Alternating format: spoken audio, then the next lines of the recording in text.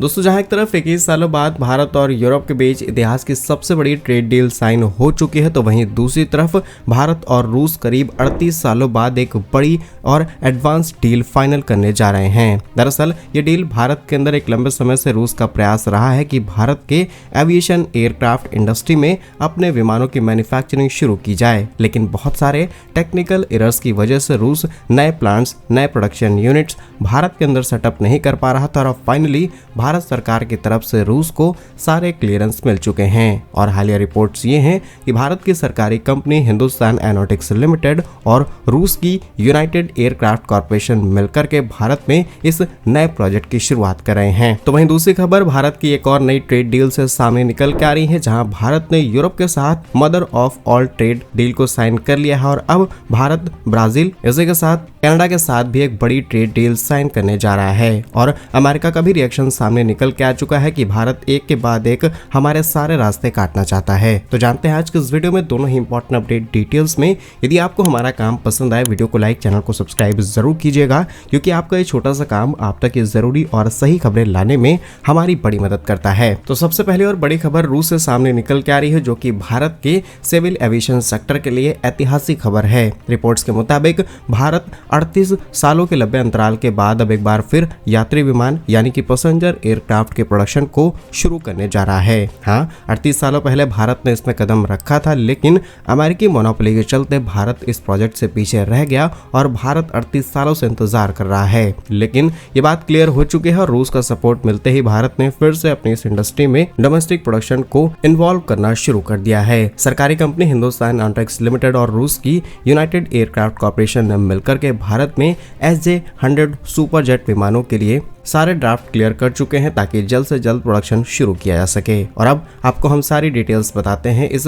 Project की। भारत ने आखिरी बार पूर्ण रूप से स्वदेशी यात्री विमान जिसका नाम है EVRO HS-748 बनाया था, जिसका उत्पादन 1988 में बंद हो गया था और तब से भारत अपने एविएशन विमानों की जरूरतों के लिए एयरबस, बोइंग जैसी कंपनीज पर डिपेंडेंट है। और आज इन कंपनीज की मोनोपोली इतनी ज्यादा है कि ये अपनी जरूरत से ज्यादा पैसे वसूल करके हमारे जैसे देशों को बेचना शुरू कर देते हैं। लेकिन साल 2025 में भारत और रूस ने मिलकर के ये पूरी मोनोपोली खत्म करने की तैयारी कर ली थी। दरअसल ये समझौता 27 से 28 अक्टूबर 2025 को मॉस्को में हुआ, जहां पर भारत और रूसी कंपनीज ने आपस में मेमोरेंडम ऑफ अंडरस्टैंडिंग साइन कर लिया है। आपको बता दें, विंग्स इंडिया 2026 जनवरी 2026 में हैदराबाद के अंदर आयोजित शो में इस विमान की प्रमुखता से प्रदर्शित किया गया, जो कि HAL की सिविल एविएशन के साथ उतारा गया। अब आपको बताते हैं कि SJ-100 विमान की खासियत क्या है। तो SJ-100 एक न्यू जनरेशन का शॉर्ट हॉल यानी कि छोटी दूरी का यात्री विमान है, जो कि रीजनल कनेक्टिविटी के लिए एक आइडियल विमान बताया जाता है। इसकी डिटेल्स कुछ इस तरीके से हैं कि इस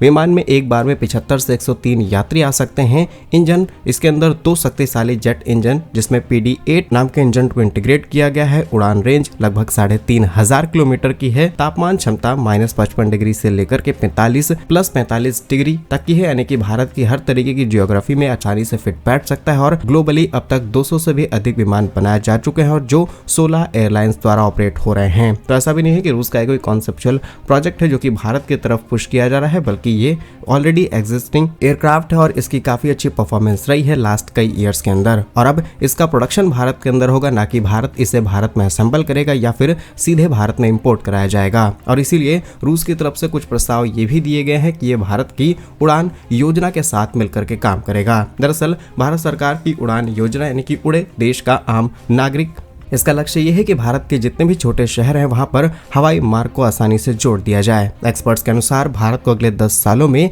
रीजनल कनेक्टिविटी के लिए करीब 200 से भी अधिक विमानों की जरूरत पड़ेगी और अगर हम प्रोडक्शन देश के अंदर नहीं करते हैं तो डेफिनेटली ये हमें इंपोर्ट कराना पड़ जाएगा। भारत में प्रोडक्शन होने से इन विमानों की कीमतें, ऑपरेशनल कॉस्ट, मेंटेनेंस, हर तरीके की चीजें कम हो जाएंगी और आम आदमी के लिए हवाई सफर और ज्यादा सस्ता होगा। और रीजनल इफेक्ट्स की बात की जाए तो भारत इस विमान का उपयोग न केवल घरेलू बाजार के लिए करेगा बल्कि हिंद महासागर क्षेत्र जैसे कि मालदीव, श्रीलंका को भी निर्यात करने की योजना बना रहा है। इसीलिए डील भारत के लिए कोई गोल्डन डील से कम नहीं है, क्योंकि इस डील की खासियत यह है कि इस विमान को हम अपने देश के अंदर बना करके न सिर्फ अपने इस्तेमाल के लिए रखेंगे बल्कि इसे सीधे कई छोटे देशों को एक्सपोर्ट भी कर सकते हैं और रूस को इससे कोई दिक्कत नहीं है। ओवरऑल इस रिपोर्ट का ये कहना है कि इस पे टेक्नोलॉजी टेक्नोलॉजी से लेकर के हर एक चीज़ भारत को ट्रांसफ़र की जाएगी। बहुत सारी टेक्नोलॉजीज भारत को ऐसे हैंड ओवर कर दी जाएगी कि भारत अपना खुद का विमान भी देश के अंदर तैयार कर सकता है। प्रोडक्शन भारत में होगा, लोगों को रोजगार मिलेगा और हमें विदेशी निर्भरता नहीं रखनी पड़ेगी अपनी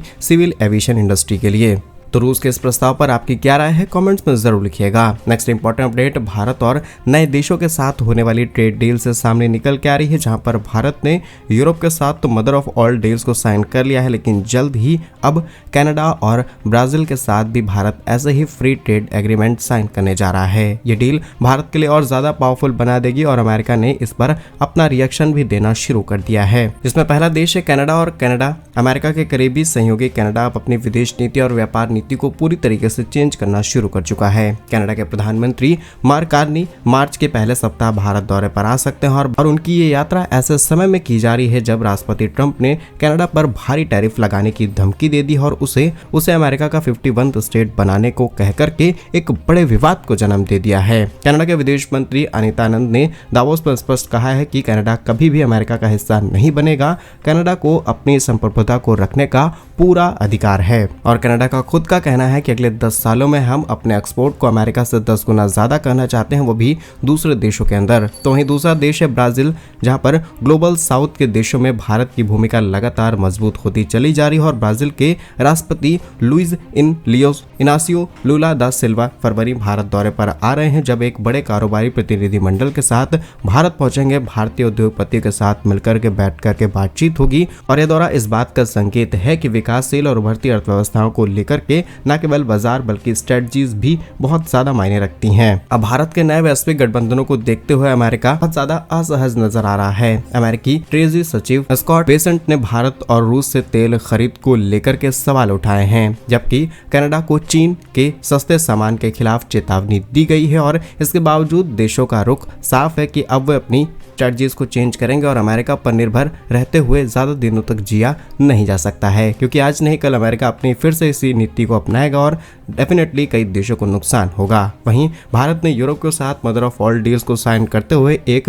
हिसाब तो पूरी तरीके से क्लियर कर दिया है। यह 20 सालों के लंबे इंतजार के बाद दोनों देशों ने इस डील को साइन किया और इससे 2 अरब लोगों का बाजार सीधे प्रभावित होगा। इस समझौते के तहत 96.6% यूरोपीय सामान और 99% भारतीय उत्पादों को टैरिफ से पूरी तरीके से खत्म कर दिया गया है। एक्सपर्ट्स का अनुमान है कि इससे यूरोपियन कंपनियां सालाना 4 अरब यूरो की बचत होगी, जबकि भारत के निर्यात 5 वर्षों में $200 बिलियन के आंकड़े को पार कर सकते हैं। ओवरऑल बात यह है कि भारत में BMW, मर्सिडीज जैसे बड़ी लग्जरी ब्रांड्स की कारें इस टैरिफ के बाद 15 से 20 लाख रुपए सस्ती हो जाएंगी। रोलेक्स जैसी घड़ियां सस्ती हो जाएंगी और सबसे बड़ी बात कि MRI CT स्कैन की बहुत सारी मशीनें हैं जो कि यूरोप से भारत में इंपोर्ट होती हैं, वो भी सस्ती होंगी। तो ओवरऑल इसका फायदा देश की जनता को मिलेगा। इलाज सस्ते होंगे, डायग्नोसिस सस्ते हो जाएंगे और भी तमाम तरीके की मेडिकल इक्विपमेंट्स, तमाम तरीके के रॉ मटेरियल्स, टेक्सटाइल, ये सब एक्सेस भारत को इजीली मिल पाएगा और भारत अपनी इकोनॉमिक ग्रोथ को इसे एज अ पॉजिटिव कंसीडर करना शुरू कर चुका है। तो इस पर आपकी क्या राय है, कमेंट्स में जरूर लिखिएगा। भारत कैसे ही वीडियोस पाने के लिए वीडियो को लाइक, चैनल को सब्सक्राइब जरूर कीजिए। वंदे मातरम, भारत माता की जय।